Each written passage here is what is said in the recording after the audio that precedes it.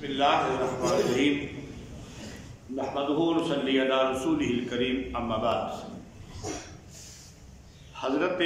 ابو ہریرہ رضی اللہ تعالی عنہ سے روایت ہے کہ رسول اللہ صلی اللہ علیہ وآلہ وسلم نے فرمایا کہ جو آدمی 2 رکعت چاشت کا باقاعدہ اہتمام کرے، اللہ تعالیٰ اس کے سارے گناہ بخش دیں گے،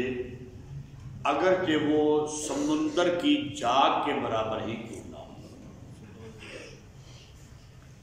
حضرت ابو ہریرہ رضی اللہ تعالی عنہ سے ہی روایت ہے کہ رسول اللہ صلی اللہ علیہ وآلہ وسلم نے مجھے 3 باتوں کی وصیت فرمائی۔ ایک یہ کہ ہر مہینے کے اندر 3 روزے رکھا کرو، روزانہ 2 رکعت چاشت پڑھا کرو، اور عشاء کے وتر پڑھ کر سویا کرو۔ یہاں پر ایک بات کی وضاحت ضروری ہے اس حدیث میں۔ اس سے پہلے میں یہ بیان کر چکا ہوں احادیث کے ذریعے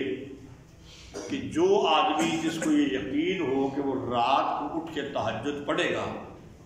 تو روایات سے پتہ چلتا ہے کہ اس کو پھر وتر تہجد کے بعد پڑھنے چاہیے۔ جس کو یہ یقین نہ ہو اس کو عشاء کے ساتھ ہی وتر پڑھ لینی چاہیے، پھر اس کے بعد اگر جاگ آ گئی تو ہو سکتا ہے حضرت ابو ہریرہ رضی اللہ تعالیٰ عنہ کو یہ جو وصیت فرمائی گئی ہے وتر پڑھ کر سویا کرو،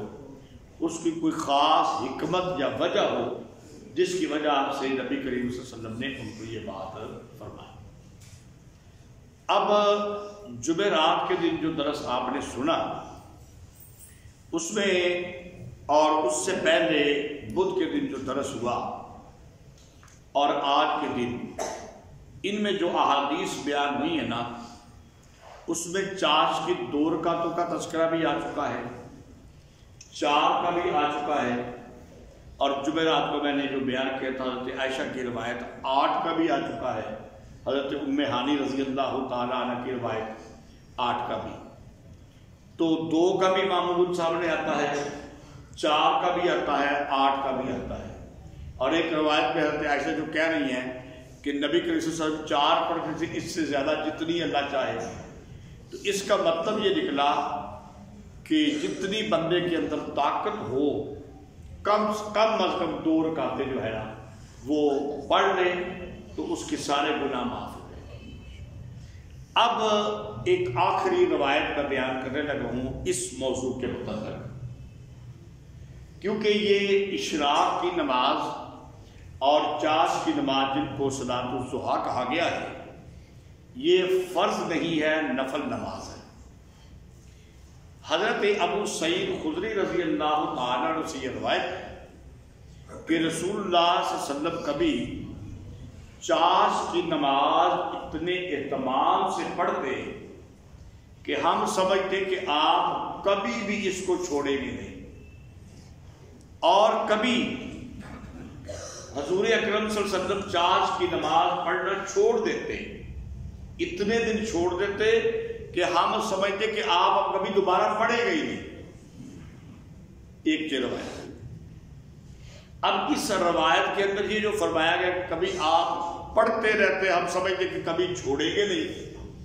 اور کبھی چھوڑ بھی دیتے، اس کی مزید وضاحت ام المومنین حضرت عائشہ صدیقہ رضی اللہ تعالی عنہ کے بیان سے ہوتی ہے کہ حضور اکرم صلی اللہ علیہ وآلہ وسلم کو اگرچہ یہ نماز بڑی محبوب تھی، لیکن آپ صلی اللہ علیہ وسلم نے اس کو کبھی چھوڑا کیوں؟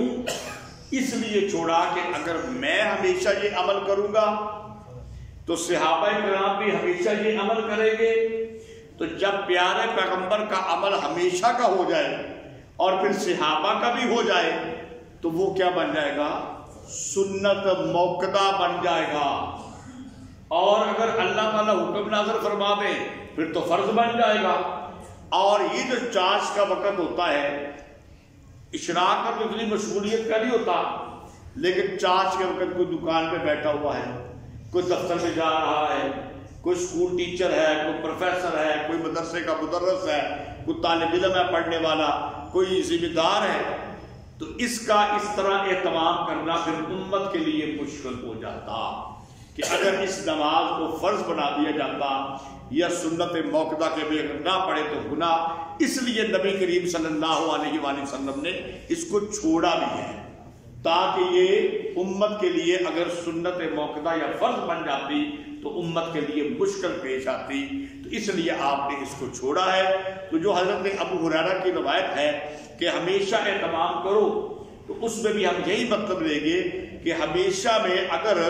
مہینے میں 1-2 دن چھوڑ دیا جائے تو وہ ہمیشہ ہی ہوگا، کیونکہ اکثر کا حکم جو ہے نا وہ کل پہ لگتا ہے۔ اگر 100 دنوں میں بندہ 90 دن پڑھ لینا تو وہ تقریباً کیا ہوگا، ہمیشہ ہی ہوگا۔ اللہ تعالیٰ ہمیں جتنی ہمارے اندر طاقت ہے مزید ہمیں طاقت عطا فرمائے اور توفیق عطا فرمائے عمل کرنے کی۔ وما علینا الا البلاغ۔